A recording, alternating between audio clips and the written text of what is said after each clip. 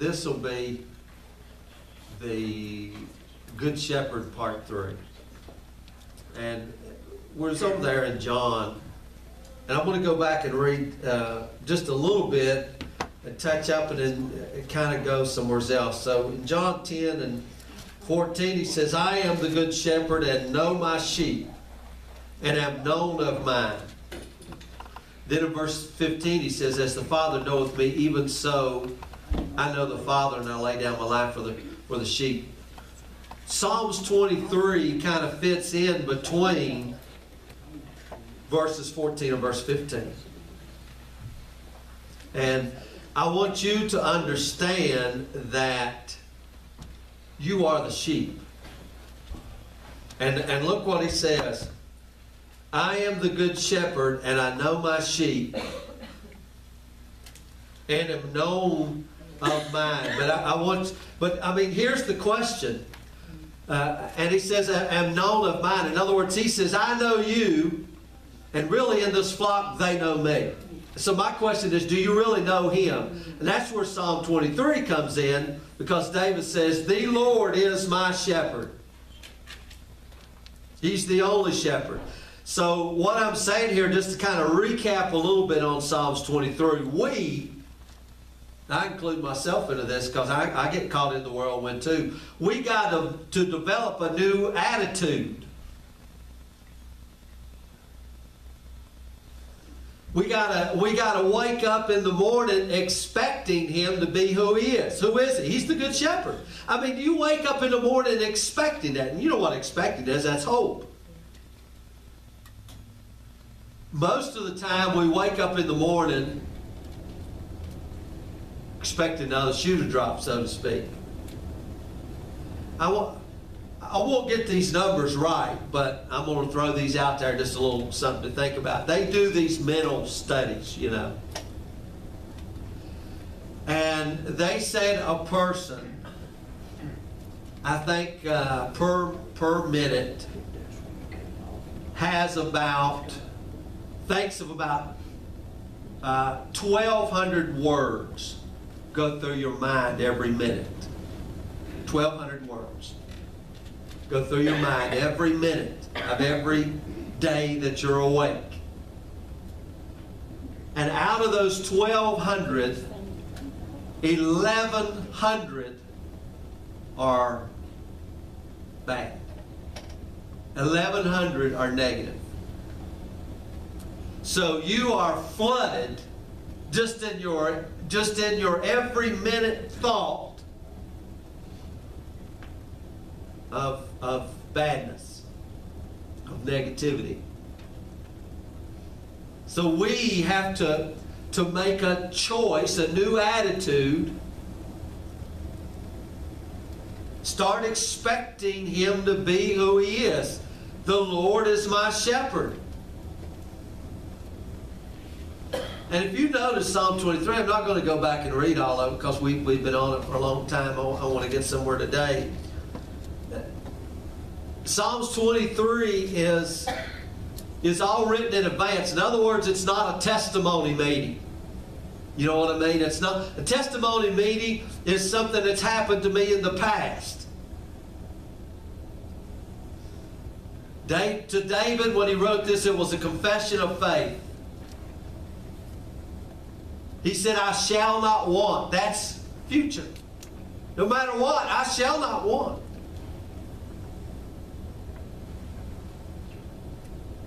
And in that psalm, it's always going to do. He did it. And you know, it's like we were talking about. I mean, it's already done. It's already finished. See, David hadn't heard of the cross yet. He didn't know. You know, a Messiah was coming. He didn't know those magnificent words was going to be spoken. It is finished. So we got to learn to get up every day, facing the day, saying, this is the way it's going to be. I mean, do we do that? Do we wake up in the morning and make the confession before our feet hit the floor, the Lord is my shepherd? Wait a minute, why don't, there's a whole lot going on here. Wait just a minute. The Lord is my shepherd. And I'm not going to want. Today, I'm not going to want. I'm going to be led by the still waters.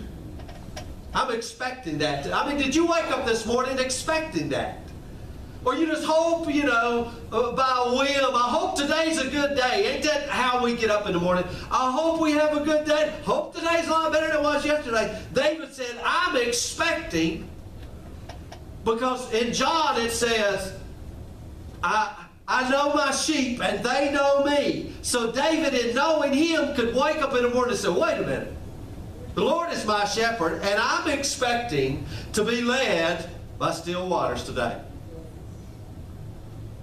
I'm expecting to feed in green pastures. That's what I'm expecting, because I know my shepherd. That's what I'm expecting today. I know what the news reports say. I know what the family says and everybody else says. I know what the church world says, but wait a minute. The Lord is my shepherd and I know him.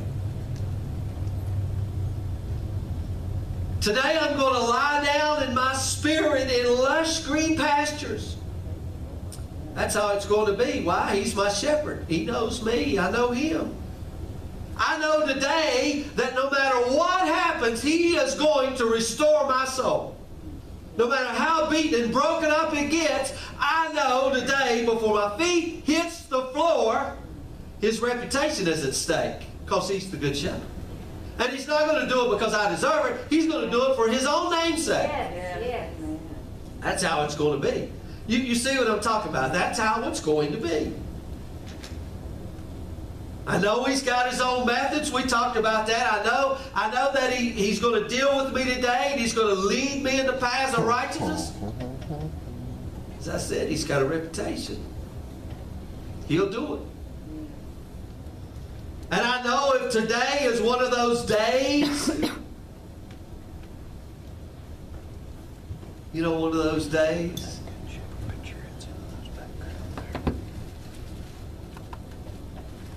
even if it's the valley of the shadow of death, I'm going to make a confession. I will fear no evil. How can I say that? How can I say I will fear no evil? Because I know him, and thou art with me. I mean, I've got to tell me, I've got to say, Jim, soul, listen here. It may be the valley of the shadow of death, but big guy, I will fear no evil because thou art with me. I know I'm tossed to and fro today. I'm beat up, I'm banged up, but listen, soul, thy rod and thy staff, they do comfort me. You get it? Why? Because I know him. See, if you don't know him, you can't say that. It's just words on a page.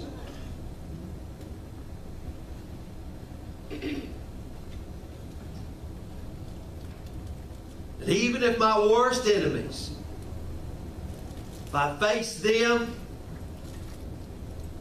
he's the door. And right in the presence of the worst that could happen, I'll have a feast. Every cut, bruise, and bang that's been put on me today, thou anointest my head with oil. Yeah. Bless him, Lord. And I know no matter what happens, we talked about this last week, I know no matter how scattered I get, I know the sheepdogs, Oligay, is going to get me. Surely goodness and mercy will be nipping at my heels everywhere I go and everything I do. The sheepdogs, the hound dogs are coming after me. They're in front of me, they're behind me, they're all around me. I can't get away from them. I'm surrounded. And now how long does this go? How long does this go on? David said, surely goodness and mercy will follow me. How long? All the days of my life. Do you hear that? All the days of my life. Not a moment can go by. Why? For his name's sake, because he's a good shepherd. And I know him. So I don't care what Facebook says, or CNN, or Fox News, or the World Report, or North Korea, or storms, or whatever. I know him, and he knows me. And I'm expecting to have a feast today. I'm expecting, if my soul gets broken, I'm expecting it to be restored. I'm expecting to hear the hound dogs of goodness and mercy out in front, out behind, surrounding me everywhere I go. All the days of my life. He's the good shepherd. Now, that brings us into another psalm. Seems like we go up and then we go down.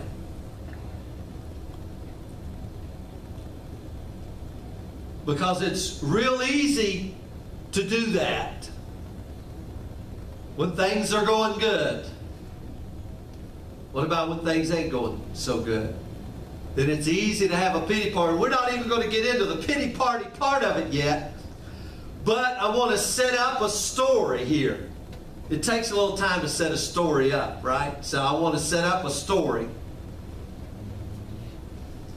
And we're going to get to a couple of verses in it today, but it's from Psalm 59, because David wrote a lot of psalms. But it's going to be from Psalm 59. Let me go over there and just read the caption. Psalm 59. It says, when Saul sent and they watched the house to kill him. Watching the house to kill David. I mean, do you ever think, see, we haven't even experienced this, but have you ever went home and known somebody was looking through your window to see if you was home so they could kill you? That's when David wrote this song.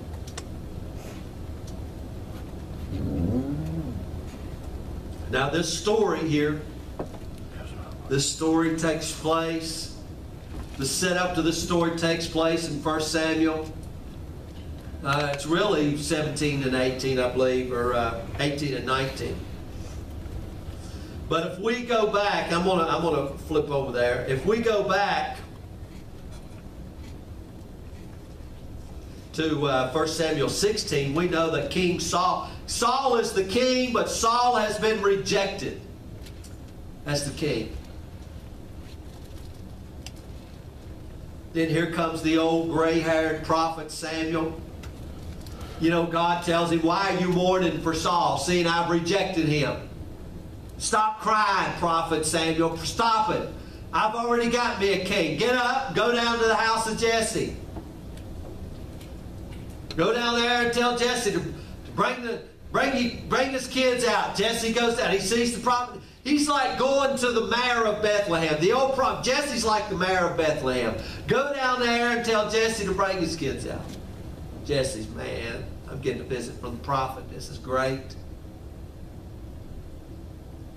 Oh, here's my oldest. Surely he's going to be the guy, man. He's the biggest, strongest, best looking man. He's the guy. And not him. Number 2. Brings all of his sons. Now, the prophet's looking for the next king of Israel. Jesse thinks he's going to be his oldest son. But none of those sons meet God's approval. So he calls in for the little shepherd boy that's out keeping the sheep, one that ain't even worthy to be brought in to be examined by the prophet. This is what they thought of David. He's too young. And listen, the guy's probably 13. Little shepherd boy. He comes in. He's embraced by the prophet. I want you to get this story in your head. The little shepherd boy comes in, smelling of sheep, been out in the fields all day long. He's not invited. When he comes in, the world-renowned prophet Samuel embraces him, pours a whole goat horn full of olive oil on his head, and whispers in his ear, you're going to be the next king of Israel. He's 13. That's heavy stuff for a young teenager who wasn't even invited in. Imagine what all the others thought, the older brothers. They don't know what Samuel whispered in his ear, but this thing is ringing in David, right? The next king of Israel? I'm not even, I'm just a little shepherd boy. Oil dripping. Remember he wrote, thou anointest my head with oil. Here he is with the olive oil dripping down on his coat. Going to be the next king of Israel. And this was his official anointing, because the scripture says from that time on, the Spirit of God was with David. This was an official anointing. Not too long after that, remember we're setting up this story here. Not too long after that, David's, maybe 15 or 16 years old. He finds himself taken by another one of these circumstances that's been arranged by God. He's taken out from the farm, go up to the battle to see how things are going. He goes up there with all the gifts, the cheeses, the cookies, and the milk to go take these to your brothers. He goes up there, They don't like him. They're rejecting him, mocking him. Finds himself right in the middle of a battle between the Philistines and Israel. Now this is not just any battle. This was a battle of the gods. That's what the battles are. We don't fight against flesh and blood, but against principalities and powers and darkness.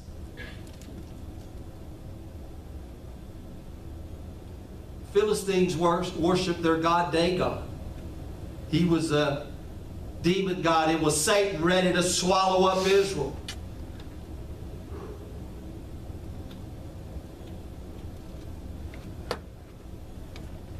So David goes out to fight Goliath. You know the story. It was a spiritual battle. Demon spirits against the powers of God. David doesn't fight with swords, does he? I mean, if it would have been a sword fight, it would have been flesh and blood in a sword fight, but he doesn't fight with swords. It's a fight of faith. That's the way it is now. It's a fight of faith. The way it is now. That's why I told you, develop a new attitude. Get up and wait a minute. The Lord is my shepherd. I shall not want. Even if it's one of those days, in the valley of the shadow of death, I will fear no evil. Thou art with me. Wait a minute, soul, wake up.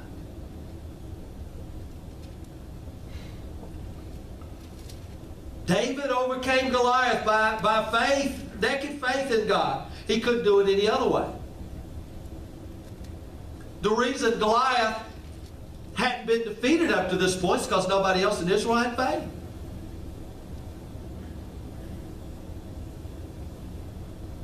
Even King Saul, the mighty King Saul that stood head and shoulders above everybody, he was scared to death. Yet little David goes out by faith in God, and he says, you come to me with a sword in your hand, but I come to you in the name of the Lord of hosts. I mean, do you ever think of that? I come to you in the name. We were just singing that song. Name above all names. That's the very name that David came out to Goliath in. Name above all names. David says, I come to you in that name. So Goliath is slain by faith in the power of God. And of course it didn't go unnoticed. Little shepherd boy. Now remember, he's out keeping the sheep. Finally he's invited in by the prophet. He's anointed. Now all of a sudden he finds himself in the middle of this greatest spiritual battle. And he emerges victorious. Word begins to spread like wildfire. Finally, the people say, finally, somebody believes in God of Israel and the covenant that He's made with us. They began to say, a new leader is arising among us. Even Prince Jonathan, next in line to be king, begins to notice. He begins to become friends with David. There's a sacred covenant cut between them. Their souls are knit together. Do you see the advancement? Here is David, who was over here a couple years ago doing nothing, and now all of a sudden his best friend is the king's son. This happened fast. Can you see how he's sucked into the royal family quickly? This is going somewhere. Can you see? Because Israel was God's people. And can you see how he's drawn into it so fast?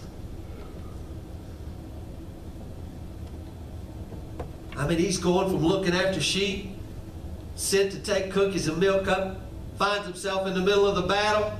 Now he's in covenant with Prince Jonathan. Now he's playing his harp before King Saul. Remember, King Saul would get uneasy and David would play the harp. David is the musician in the king's court. His best friend is Jonathan. Now the people, after this battle, they begin to trust this 15, 16-year-old. They begin to trust him more than King Saul. They say, David knows God. David's got faith in God. They begin to follow David. David is their hero. I mean, you understand it. He just went 13 or 14 years old. Now he is the hero.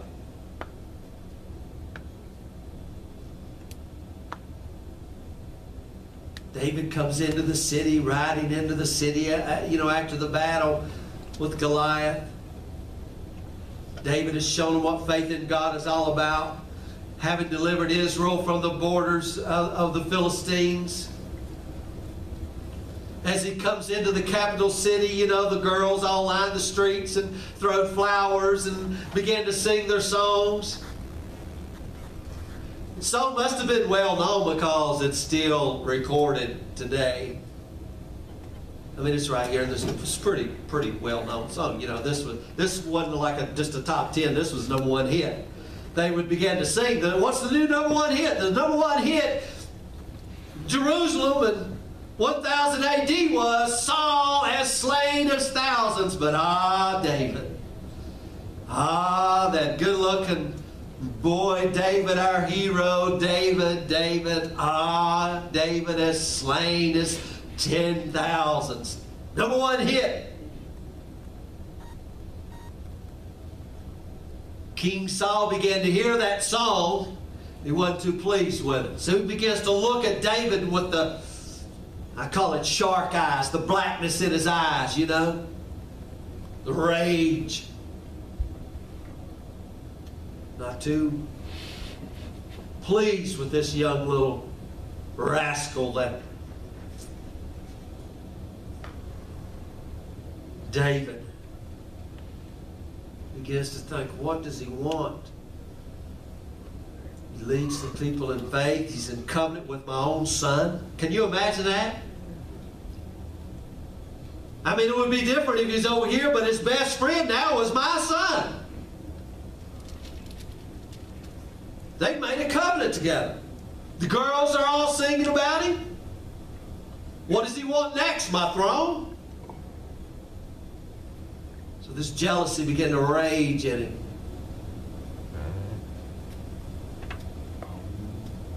Began to be afraid of him. I'm going to give you a couple verses of 1 Samuel 18.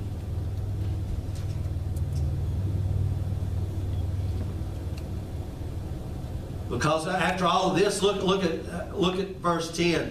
And it came to pass on the morrow, the very next day, the evil spirit from God came upon Saul. Do you guys ever read that? I mean, look at that. Look what it said. You would have thought it would say the evil spirit from the devil. That's a big G right there. I mean, you go figure that out. I'm just going to let y'all chew on that one. And it came to pass on the morrow that the evil spirit from God came upon Saul, and he prophesied in the midst of the house. David played with his hand as at other times, and there was a javelin in Saul's hand. What do you think he's going to do with the javelin? Stick it in the ground and say, "You're a great soldier, David. Thank you."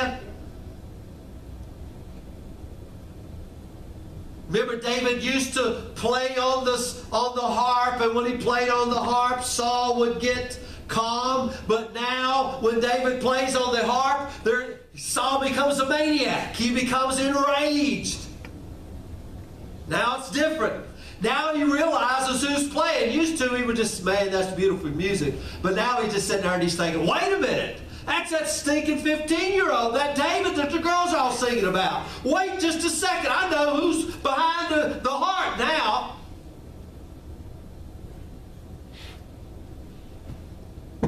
Takes that javelin and wings it, aiming for his head. Sticks it into the wall, it says.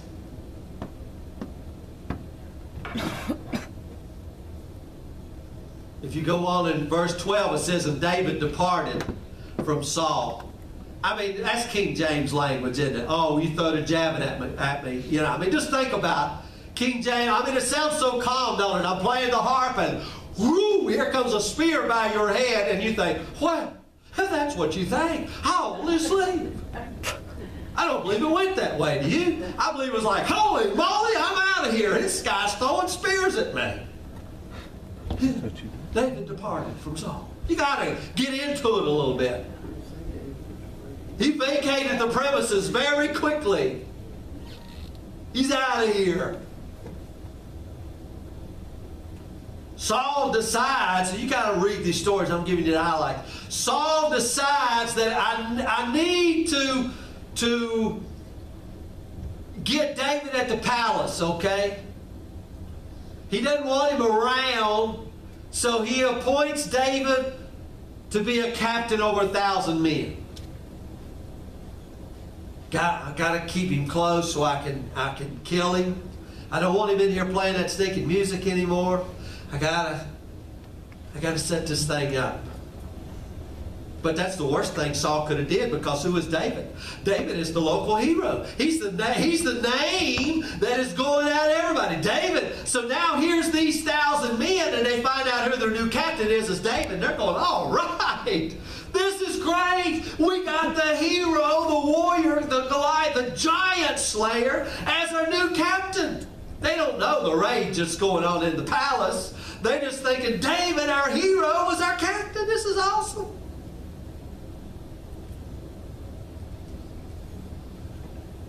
So David becomes adored by the people. So now Saul is dreading David. He's dreaming about David more and more and more. And then Saul notices that his daughter, and I'm going to just call her Michelle if that's okay, notices that Michelle, along with all the other girls in Israel, is falling in love with David. I mean, can you imagine Saul? Just think about it. His best, the prince, Jonathan, is David's best friend. Now his daughter has fell in love with David. I mean, all the men love David. All the women sing songs about David. And this is his own very daughter. You would have thought she could have picked somebody else. You would have thought she would have picked somebody who had some money, you know, in the right class. I mean, David is over here a little shepherd boy. You would have thought she would have picked somebody from the royal family.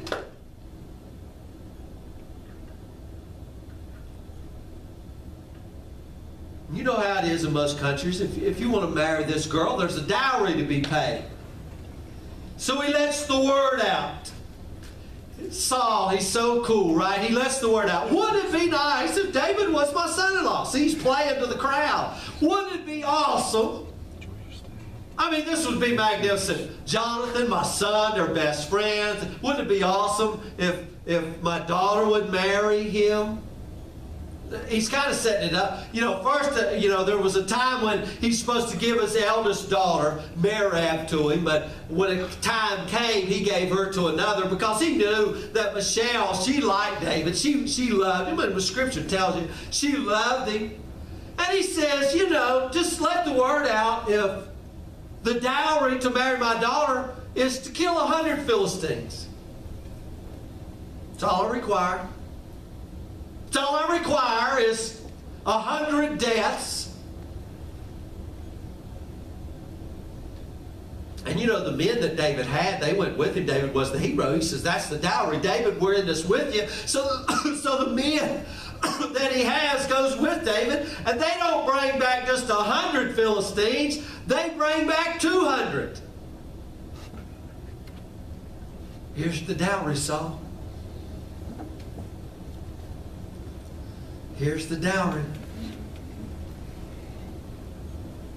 You see how all this is going, you know. When, if you back up just a little bit, when David gets word that Michal loves him, you remember what David says, who am I? I'm just a little shepherd boy. You remember, who am I? I can't afford your daughter. You know, I mean, that's what he said. I can't afford her. I mean, you're the king. You live in this palace. I'm the little shepherd boy. I know you may be general my way. I mean, I'm a different class.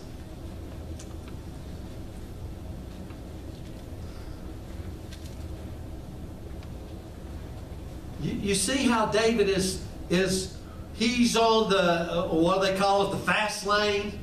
He's rocketing from the little shepherd boy over here. He's in the fast lane to coming over here into the palace, into the king's court, into the king's royal family. Can you see what's going on here?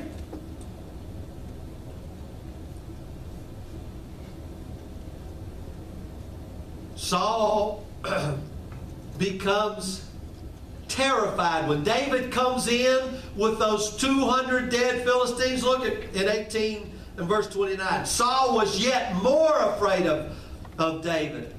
And Saul became David's enemy continually. Now you're getting close to Psalm 59. Now Psalm 59 is beginning to be formed inside of David. I can say that word formed. Paul used that, till Christ be formed in you. See, there's a lot of events and circumstances that take place for Psalm 59, which is what? The Word, for the Word to be formed in you. That Word, we know, was in the beginning. The Word was with God. The Word was God.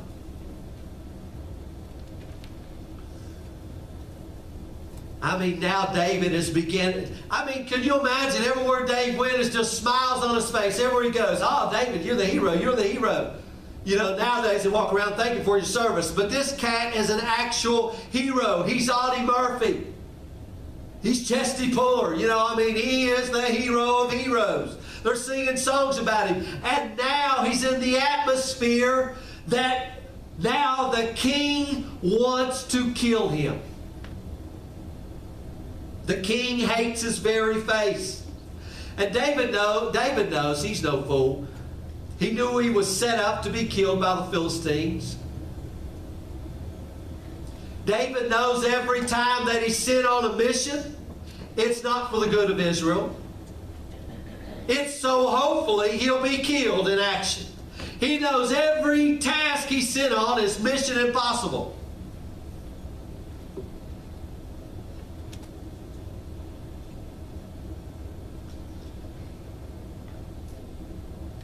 Saul calls a secret meeting.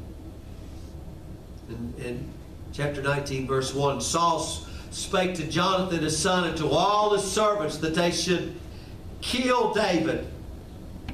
Calls in the secret police, even his own son Jonathan. The whole meeting is about killing David. But it's a bad move. Saul makes a lot of bad moves here. Because who is David's best friend? Jonathan.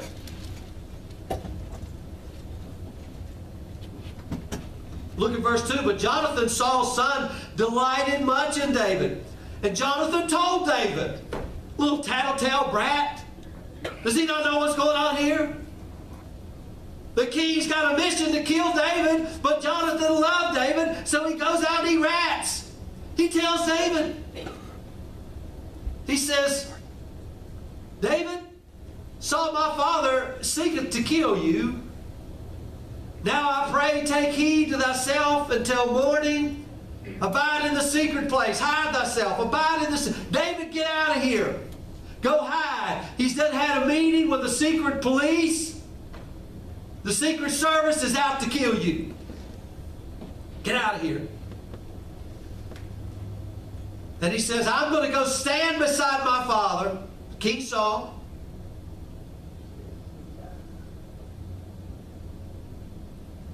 And I'll commune with my father of thee and what I see, and I will tell thee. Oh, listen what he says. It said, let not the king sin against his servant, against David, because he hath not sinned against thee. Because his works have been to thee very good. For he did put his life in his hand and slew the Philistines, and the Lord wrought a great salvation for all Israel. And Dad, you saw it. And you didn't even rejoice. Why then will you sin against innocent blood to slay David without a cause? And Saul hearkened to the voice of Jonathan. He listened to him. He says, okay, call the secret police back. Tell them I've stayed the order. I'm not going to kill David. Jonathan spoke good words. It's good. Don't kill David. Okay. Look at verse 6. And Saul hearkened to the voice of Jonathan. And Saul swears, the Lord liveth, he shall not be slain. Jonathan called David. Jonathan showed him all these things. Jonathan brought David to Saul, and he was in his presence as it was in time past. They just pick up right where they left off before Goliath, when David is playing the music and all is well. Isn't that something we all want to go back to the past? It's great. Saul, Jonathan, David is just like old times. It's great. You know, there's still that rage in there. And there's still, wait a minute, there's another battle of faith to be fought. It's another battle. We get a report in that the Philistines are knocking at our door again. What are we going to do? We know now that Israel can only be defeated by, that the Philistines can only be defeated by somebody of faith. And God has already shown us there's only one guy here that's got faith. David, he's captain over 1,000. Send him out to battle. Look at verse 8. And there was war again. David went out and fought with the Philistines and slew them with a great slaughter. They fled from David. You know, I could just hear the Philistines now showing up and thinking, who's their general? Looking through the binoculars. Oh, Saul's their general. Come on, guys, we can defeat them. Jonathan's their general. We can defeat them. Come on, they're a bunch of wimps. Wait a minute. That's not Saul. That's David. Holy moly. Let's get out of here. We know God's with him. We can't fight them.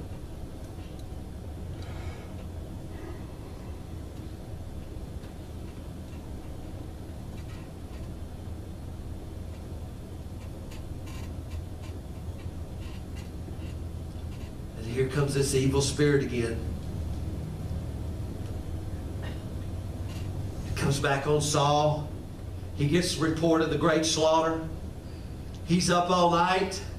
Instead of hearing music, he's got his javelin right there. And I can just see him rolling that javelin. I can just see him sharpening that javelin all night long. As soon as that little knucklehead gets back in here, I'm going to pin his hide to the wall. I mean, it says right there, he's sitting in his house with his javelin in his hand.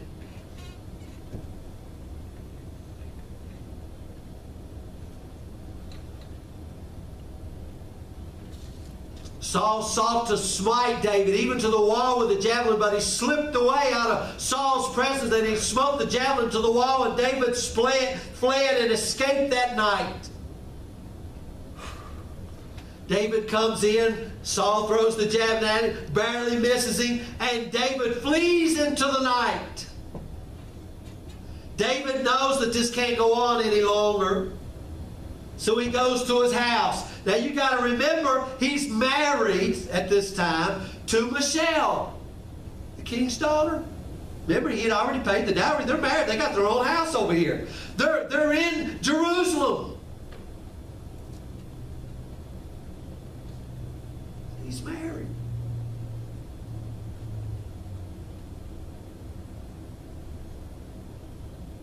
Goes home. He knows the secret police are everywhere. Could you imagine everywhere you walk, everybody's wanting to kill you? So you're probably not taking the public streets home. You're probably kind of going in secret to the house. And it was in those days that Psalm 59 came to be formed. In the house, and that night, he goes to Michelle, Saul's daughter. Remember, she loved him. He goes in, he tells his wife the latest news. She knows her dad. She said, David, tonight's the night. If you don't get out of here, David, you're a dead man. I know my dad. I know what he's capable of. I know his rage. David, this is it. You have got to go. So she let David down, and David fled. And it was in those horrendous days that David wrote Psalm 59. Do you see what I'm talking about? I mean, David is over here, and he's on the fast lane. He's been told by the greatest prophet he's going to be king. And everywhere he goes, he's just a battle. And he's the hero. And everybody loves him. And everybody sings. And now, they want to kill him. He's not even safe in his own home. His best friend can't help him. His wife can't even help him.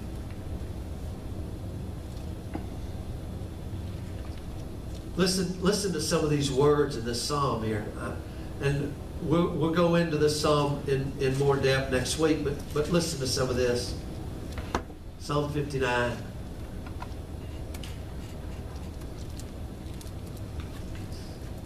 Deliver me from mine enemies. Now can you see where David is writing this psalm? In those horrendous days. Deliver me from mine enemies. Oh my God, defend me from them that rise up against me. That's why I wanted to sing that song. Your love defends me. He's calling on God to defend him.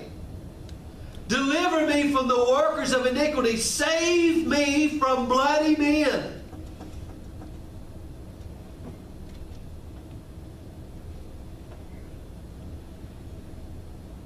For lo, they lie in wait for my soul. The mighty are gathered against me, not for my transgression, not for my sin, O Lord. They're out to kill me, and I did nothing wrong. Remember I told you, there's days like this. There is the valley of the shadow of death. David's been through it. I know my shepherd, and he knows me. And sometimes there are days like this. I didn't do nothing wrong here. You see what I'm talking about? Sometimes, like Joseph, you get thrown in the pit. Sometimes you get your own self in the pit. Well, sometimes this stuff happens. They lie in wait. These bloody men. They run and prepare themselves without my fault. Awake to help me, and behold, awake, God.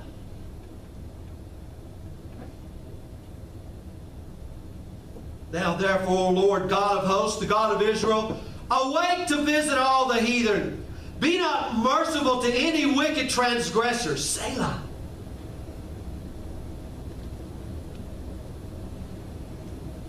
This is how the secret police, this is how they sound. Listen to verse 6.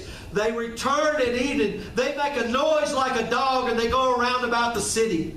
They make a noise like a dog. You know, this wasn't like little puppies out barking, okay? This is in the Middle East. These were wild, what he's talking about here is these was wild dogs who slept all day and come out at night. They come out to gather their food, to kill, to do whatever was necessary to eat. He said, that's what the secret police is sounding like dogs in the street. Behold, they belch out with their mouth. Swords are in their lips. What's in their lips? Swords are in their lips. For who, say they, doeth hear? David is saying, man, I'm here, I'm looking out the window, and I see them. I'm looking out my window, and everywhere I look, I see them. They're like dogs in the street. I snuck by to get home, and now I'm looking out. They don't know I'm here. I'm looking out, and I see them. Wild dogs. They're coming after me.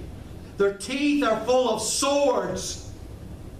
Repeating the words that Saul has said, the lies. They're just repeating the lies that they've heard. They don't know me.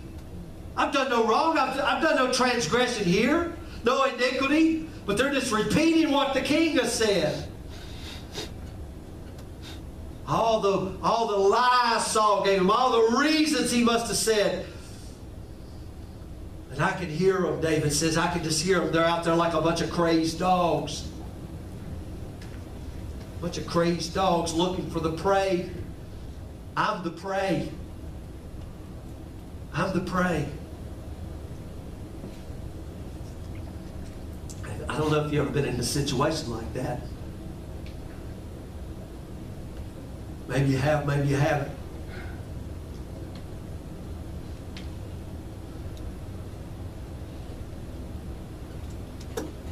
And I hate to make a comparison here, but I'm going to. And I hate to in one sense because I don't want you to think I think I'm David. But I know a little bit about the story. I've had personal experience with it.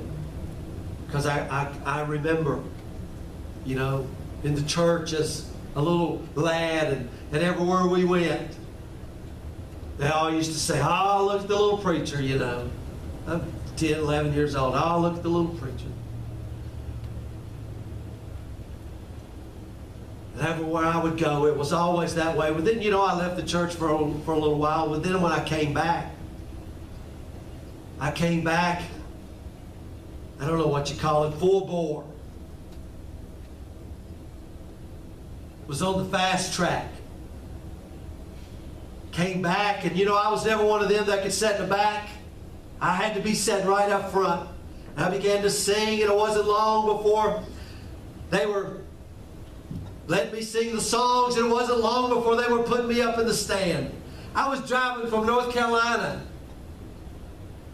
every weekend, driving all the way up here, go to church.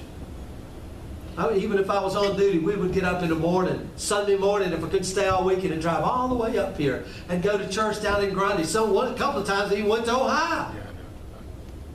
Because that's just how I was. I was on the fast track. And when I came in, I can remember they all began to hug me and love on me. And they would say, we're going to make you an elder. You're one of them, man. We needed somebody that read and studied like you. We needed another one. And they already paired me up with everybody. You know, he's going to be with Brother Chad. He's going to be with Brother Jeff. Look, he's going to be running with Brother Philip. We got another Brother Aaron here. This is awesome. Brother Jimmy, he's it. And I felt myself being sucked in, right? Just like old David. Began to dress like them, you know. Still got a closet full of shirts and ties and all of those things. I got it all. I mean, I just began to grow. Everywhere I went, just everybody loved me. But then that changed. And that changed, guys. Listen to this. Because I wanted to go to a rest home and have service right up here at a rest home. I don't even know what the name is. The one up here above Kmart's. Golden Age. I wanted to go up there and have service. Didn't even know those people up there. And a rage began to form. Those people began to hate me. Now let me tell you something, guys. I was on the fast track, right? I'd even been, I can remember them like, oh, they would look at Brother Jimmy and they would say, oh, look at Brother Jimmy. He's always carrying his Bible. Oh, that Brother Jimmy. He's always got his Bible with him. Made me assistant moderator. Oh, what a great term.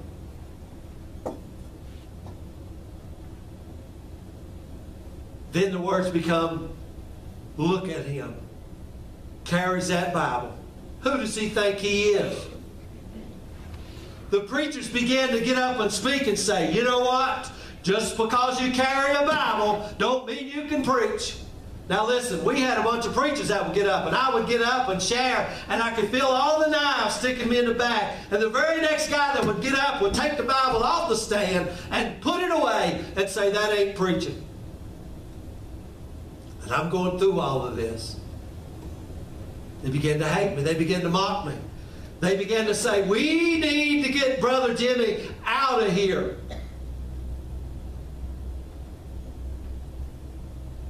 I remember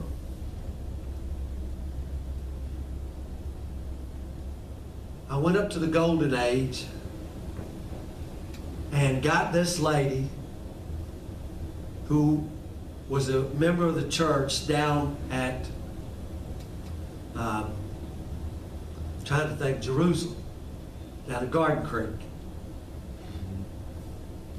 Her son went there, and she was up there at the Golden Age. Now listen, I went and got her. I went up there, picked her up, put her in my car. It was just me and her. She's no lady. And I drive her down to church. And I thought I was doing a good deed. I didn't know this woman despised me and hated my guts. And the only reason she wanted me for a ride was so she could get back down there to the church and do me wrong. And I'm thinking, woman, I put your butt out on the side of the road. I didn't know this at the time, but listen, I went to the restroom, and when I came back, this woman had a miracle. She's standing up. She's not standing up because God healed her. She's standing up to get her point across to the #1 deacon, Brother Bill, standing there. And she is running me through the meal. She don't even know I'm standing behind her. I'm so appalled and ashamed, I just dropped my head, and Brother Bill is doing everything in his power to tell her to hush, that Brother Jimmy is standing right behind you.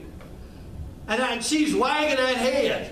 We've never had any trouble in the Primitive Baptist till Brother Jimmy got here. He's the sole cause of all the trouble in the church, and we need to get rid of him. And Brother Bill is going.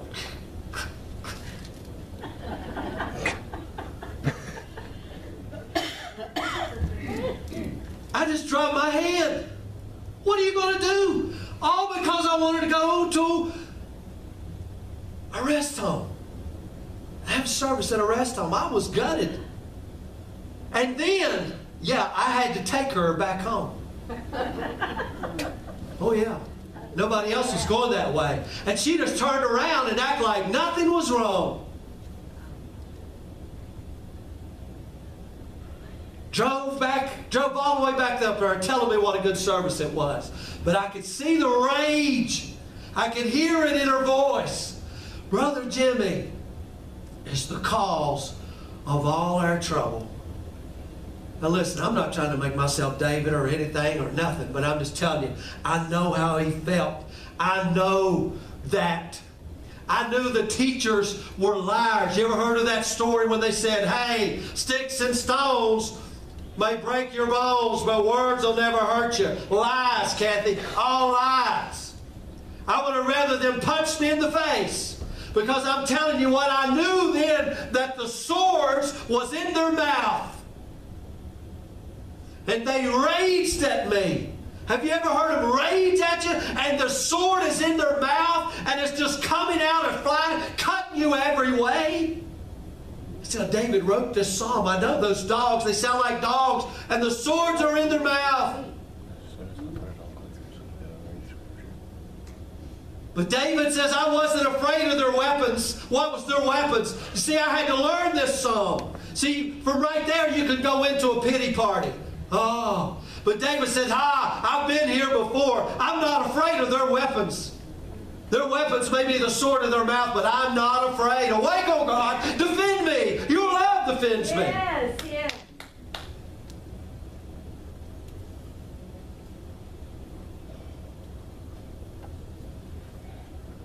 David says, I can listen. I can hear all their accusations. I can hear what... Listen, I'm just going to read you a verse here.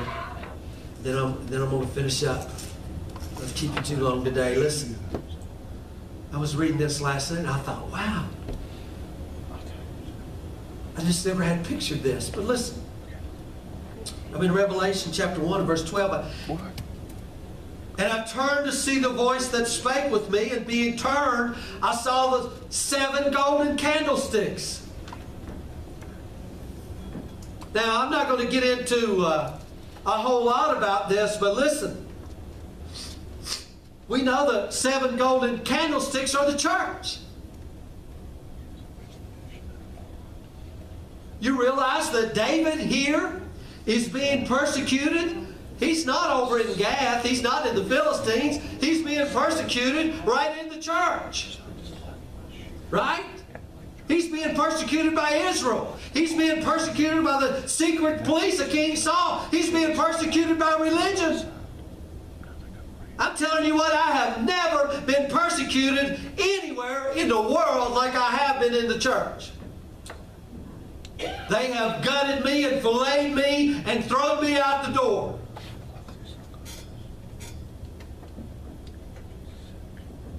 And in the midst of the golden candlesticks, of the 7, and I just read that last night. In the midst, you know what that is? That's in the middle of it. In the middle of it. In the middle of it. In the middle of all of that. Middle of it. One likened it to the Son of Man. Wait a minute. Wait a minute. In the middle of all of that. Because listen, I'm telling you these things, and it may sound like a rage, but I came home that particular day, and it was hard for me to hold back tears from Van St. all the way up the road. I was hurt. I thought, I have done all of this. I drove up to North Carolina. I've come. All I do is I pour my whole soul into this, and I even come and got you. Put you in my car, took you to church. Felt such joy just so you could go down there and prey on me like a dog looking for a meal. I mean, I was hurt.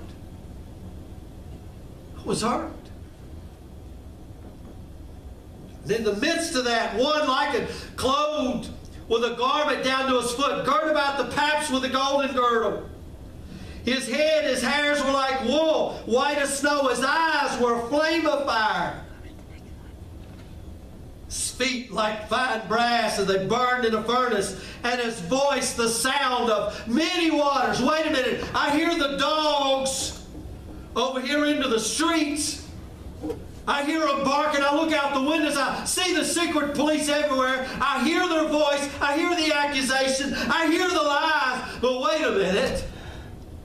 The Lord is my shepherd, and I shall not want. I hear the voice of the one likened to the Son of Man, whose feet is on fire. His eyes is like a flame of fire. And I hear his voice, and his voice is like the sound of many waters.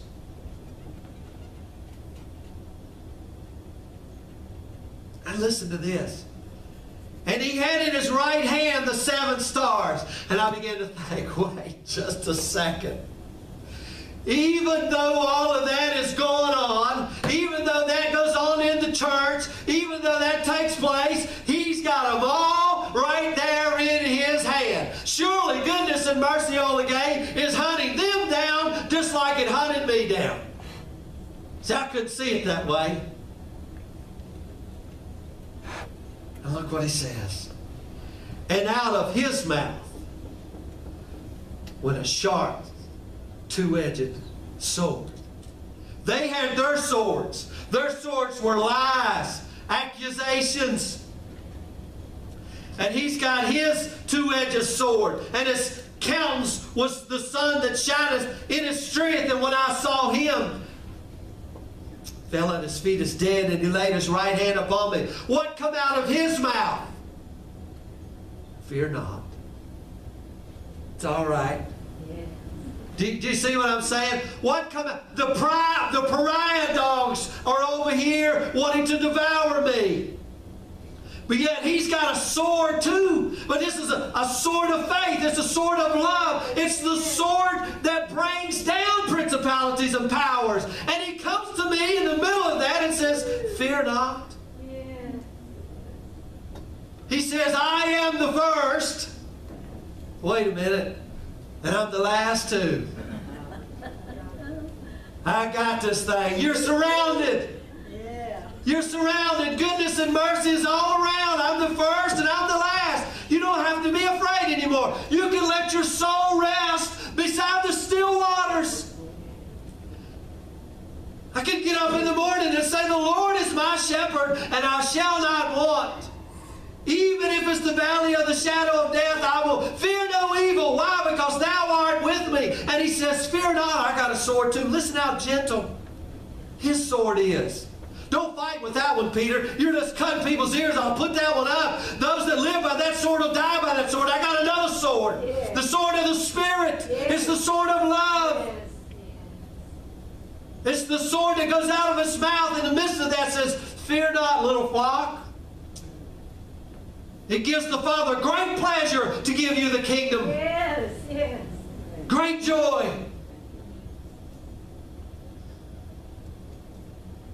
And he says to me, I'm he that liveth.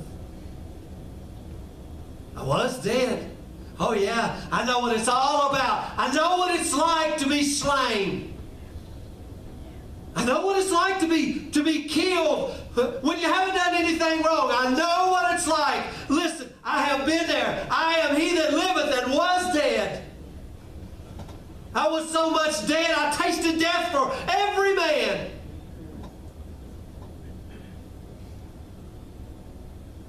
But I want you to know something. Behold, I'm alive forevermore.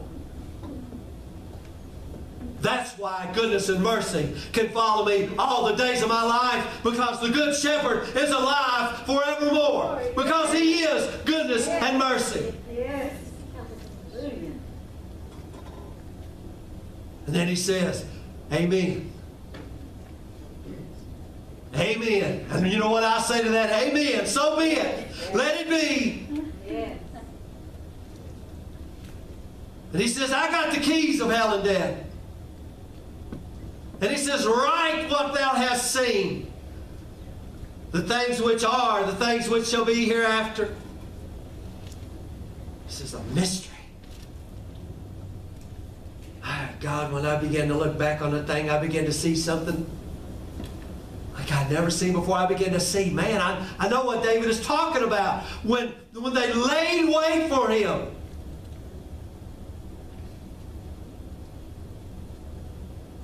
And he begins to say, awake. Awake, O God. Defend me.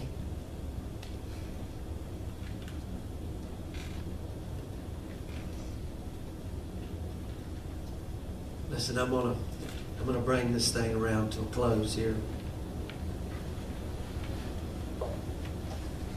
I don't know if you've ever been in a situation like that. But when I read those things, when I see those things, I'm encouraged. Because I know, just as He brought David through, just as He brought Joseph through, just as He brought all of those through, bring us through. And I'm telling you what, guys, I wouldn't have planned it. I wouldn't have picked it. It wasn't on my agenda. I had no aspirations of being here. None. I wasn't looking to start any churches or do anything.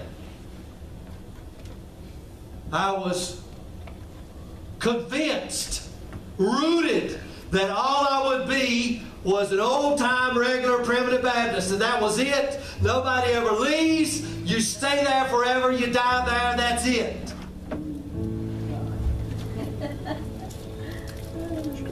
I had no idea how God moves to get us to move. Remember, He leads me in the paths of righteousness.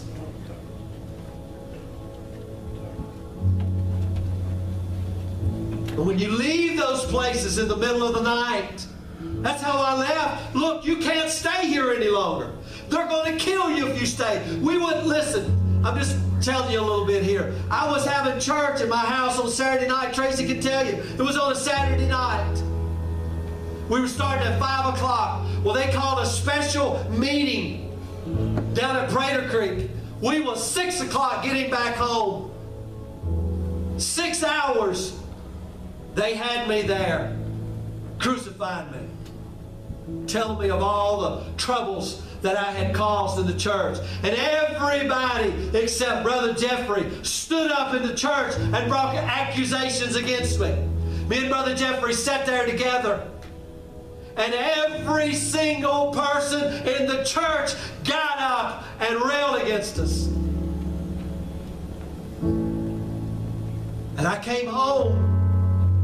Tracy and Mom and everybody's at the house cooking dinner because the church crowd was supposed to come there for a service. I was so excited, you know, to have church people in my home and have a service. And this is what happens. So I've shed a lot of tears, seen a lot of things. The worst damage that's ever been done is in the church. But it's taught me a lot. Opened my eyes to a lot.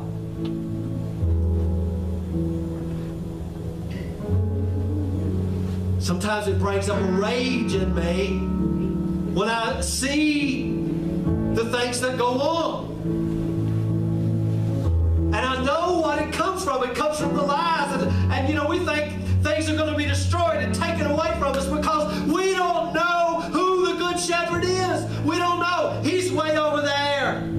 And He means evil for us. And He's just a God of judgment. And, you know, God help you if you go to church and you sing the wrong song. We used to think that, you know, God help us if I get the song wrong, God's going to kill us. What if I quote a verse wrong? Oh, God's going to kill us. What if I go to the wrong church? What if I get there late? God's going to kill us. This is all we had. God in a black robe sat there as judge. Hopefully Jesus can stave Him off. But He's just angry God. But I had to learn this through many tears when He just kept coming to me. Fear not. Fear not. The sword that comes out of His mouth is love and tenderness and mercy and goodness. And when I look in His eyes, I melt. Wait a minute, this one loves me? This one died for me, rose again for me? This one lives to make intercession on my behalf? He ever liveth to be my life? He's joined Himself to me. He says, I'll never, never, never, never, never leave you. I will never forsake you. New attitude.